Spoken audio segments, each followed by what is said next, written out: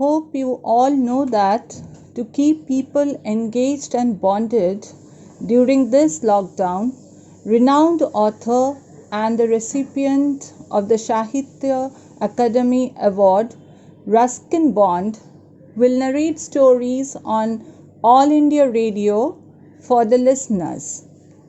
Today, we are going to enjoy a short yet interesting story, The Eyes Have It, also known as The Girl on the Train and The Eyes Are Not Here, written by this very iconic contemporary Indian writer Ruskin Bond, that was originally published in Contemporary Indian English Stories, which is the first prose piece of your class 12 English syllabus.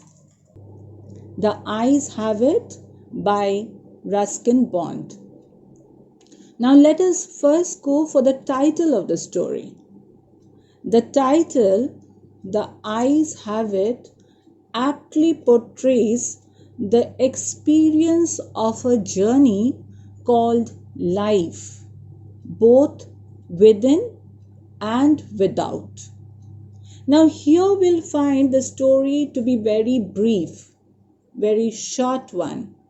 But as we go into it, we will find that it is not a very simple one, but rather complex, as it deals with the issues of human perception. When we think of eyes, we can relate it to a number of other words too, like vision, insight, power.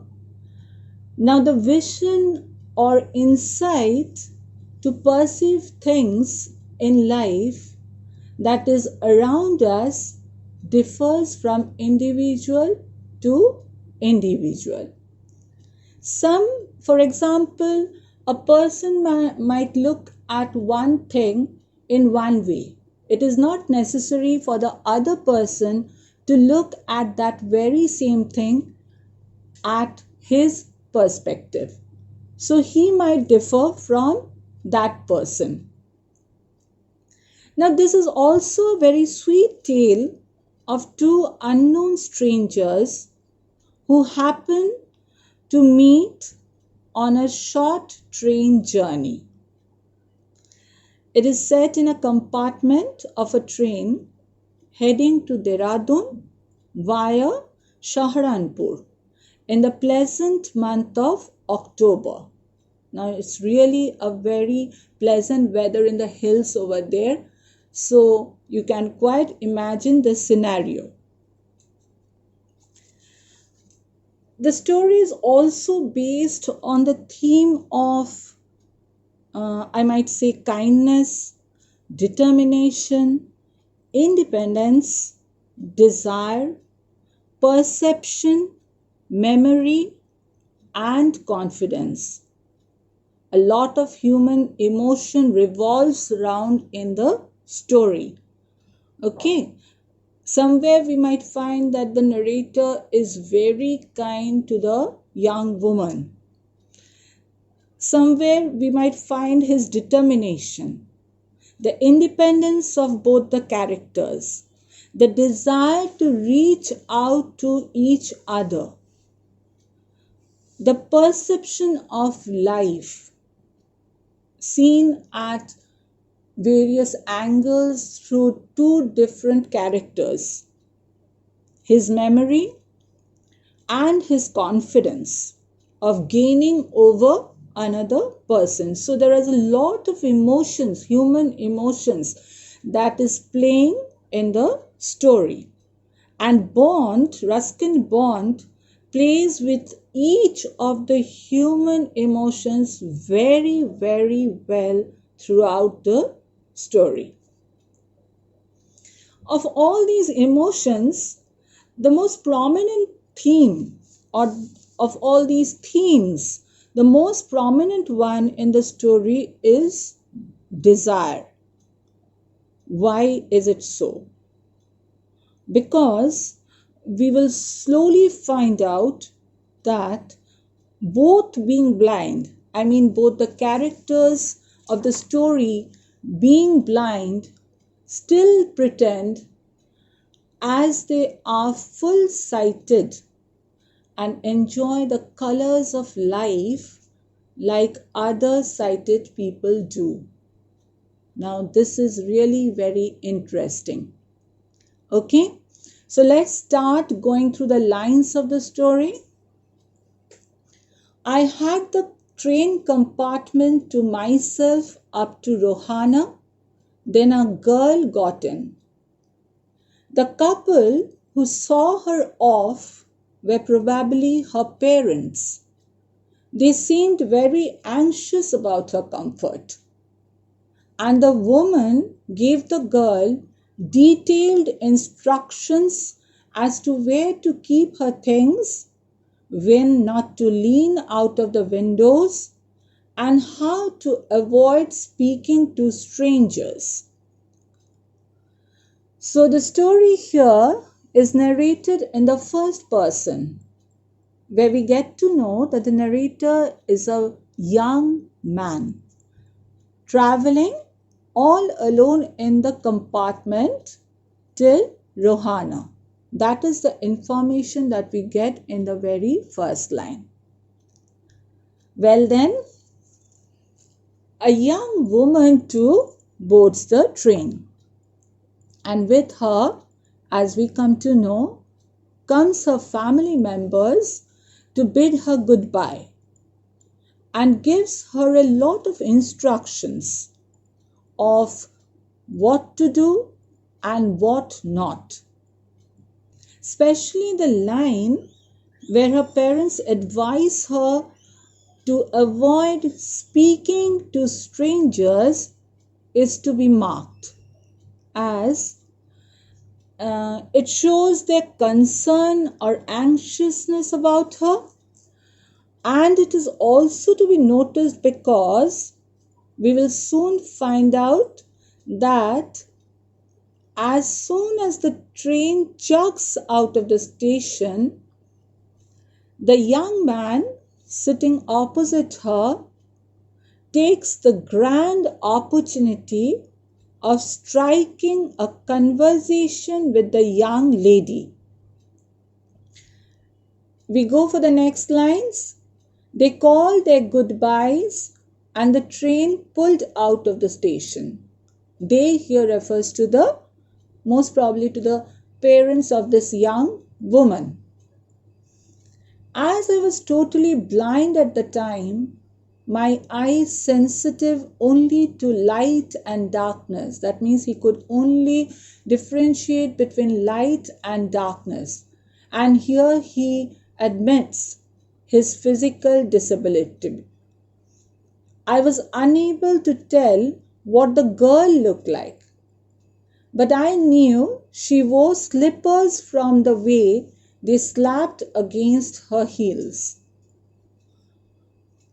Now, if you go through stories of like this, you will get to know that people who have one physical disability, they are very sharp in their other senses. So by that time, the narrator knew that she wore slippers from the way they slapped against her heels. It would take me some time to discover something about her looks, and perhaps I never would.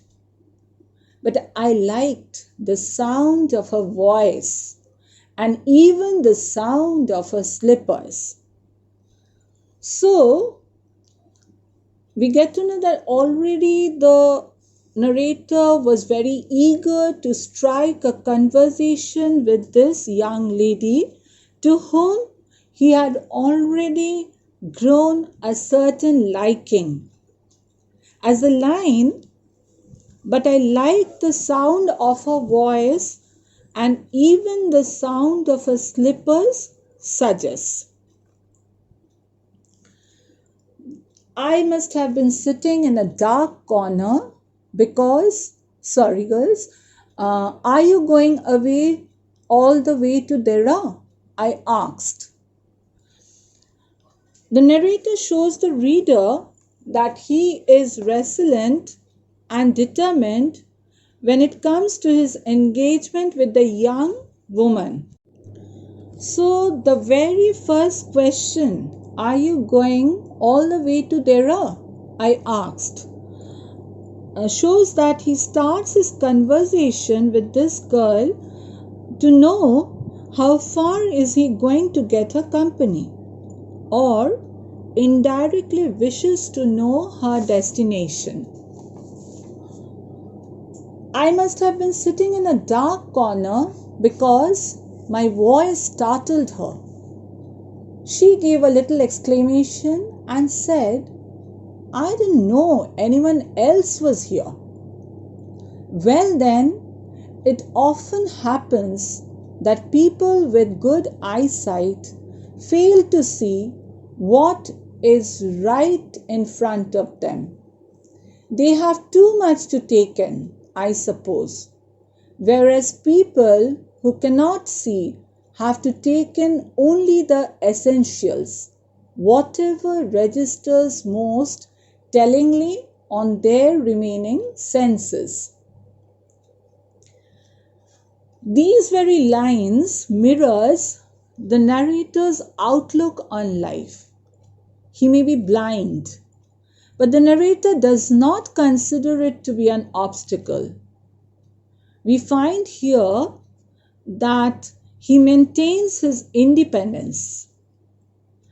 It was quite weird. The girl who entered the coach didn't see the narrator either, or rather, he felt it. Maybe because he thought he was seated in a dark corner. But the interesting part is that the narrator couldn't take that. He wondered how people with sight could be so or can be so careless, little being aware that the girl too was blind. But soon he consoles himself, saying that that was the reality that people with good eyesight often fails to see, as they have too many things to capture, while those who are blind do take it only that is important and necessary for them. This is really a fact that as we have been gifted by God with all our senses, we do not focus on something or concentrate on something for a long time, as we have a number of things around us that we want to absorb. But people who are really blind, they utilize their other senses to capture what is only necessary and important for them. I didn't see you either, I said, but I heard you come in. I wondered if I would be able to prevent her from discovering that I was blind. Provided I keep to my seat, I thought, it shouldn't be too difficult. The girl said, I'm getting off at Shahranpur. My aunt is meeting me there. Then I had better not get too familiar, I replied. Aunts are usually formidable creatures. Where are you going? She asked. To Dera and then to Missouri. Oh, how lucky you are. I wish I were going to Missouri. I love the hills, especially in October. Yes, "This is the best time," I said, calling on my memories. "The hills are covered with wild dahlias. The sun is delicious, a very rare adjective. And at night you can sit in front of a log fire and drink a little brandy. Most of the tourists have gone, and the roads are quiet and almost deserted. Yes, October is the best time." Slowly, as their conversation continues, the narrator gets to know that she was going to Saharanpur, where she would be received by her aunt. She inquired the same from the narrator, who told her about his visit to Dehradun and Mussoorie. Here, the way the narrator gave a description of Mussoorie reveals that he tried his utmost to make believe the girl that he was a sighted man. And the girl had no doubt about that through his description. In fact, no one would. The way he described Mussoorie, and just go through that line once again. "Yes, this is the best time," I said, calling on my memories. So here also Ruskin Bond plays the keynote of one of his themes in the story, that is memory. The narrator completely utilizes that to bring the girl more into the conversation so that they could have an interesting conversation going on. And the other thing could be that through the description, he might attract the girl through his personality. He talked to this young woman endlessly. He went on and on, speaking about the white dahlias, the sun being delicious, and also that if someone sits just in front of a log fire with a little bit of brandy, it creates another atmosphere to enjoy nature to the utmost. And when all the tourists have left, almost all the roads are deserted, October seems to be the best time to visit the hilly places. She was silent. So already we get to know that this young woman was enraptured by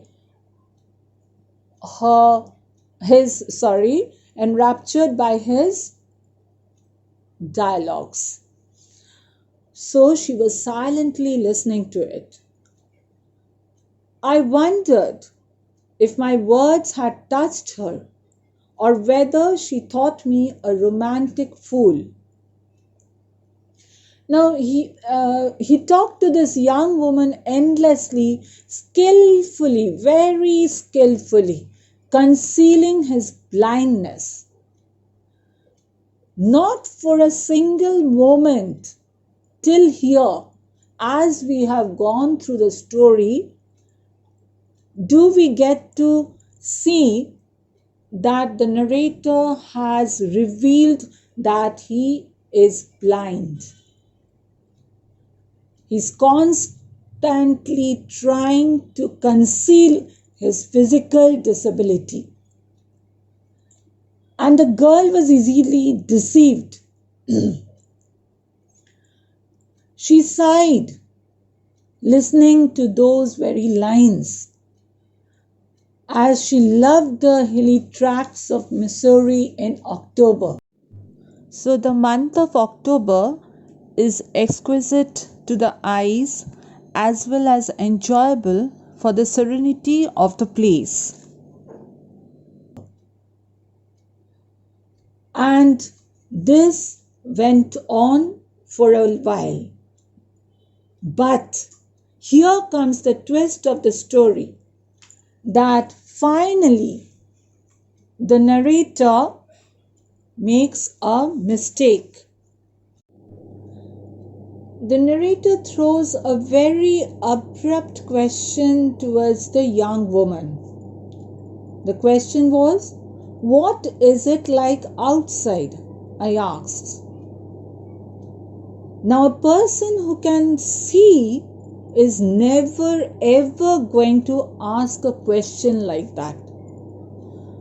And there itself he realized that he had committed the biggest mistake ever, and he feared to be considered different. And he feared that the young woman would soon find out that there was something wrong with him. But on the contrary, she seemed to find nothing strange in the question. Had she noticed already that I could not see? But her question removed my doubts. For a second, the narrator started thinking that had the girl already noticed that the narrator couldn't see, then why would the narrator ask a question like that? But soon after, the question that came from the girl removed all his doubts. She asked, "Why don't you look out of the window?" Now, it is also interesting that the young woman, just like the narrator, is also attempting to hide her blindness. When the narrator asks the young woman to describe the landscape to him, rather than admitting she is blind too, she tells the narrator to look for himself, to look out to the outside world all for himself. Now, this is very important as it highlights the same independence, mark it girls, the same independence that the narrator is showing throughout the story. The young woman may be blind, but she does not allow it to be a stumbling block or a topic of conversation. She too defended herself. She never exposed herself before this unknown stranger, and she never allowed it to be an obstacle in the way of their or in the path of their conversation, because till then she was quite enjoying his company. The determination that the narrator shows in the story is also, we find, mirrored by the very young woman. So here you might say that both are deceiving each other. Both are trying to conceal their physical disability to each other, because most probably that was unimportant to them.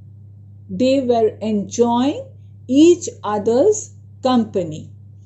In the modern, fast and furious world, people see only that which benefits them materially, but fails to see things that gives them endless happiness.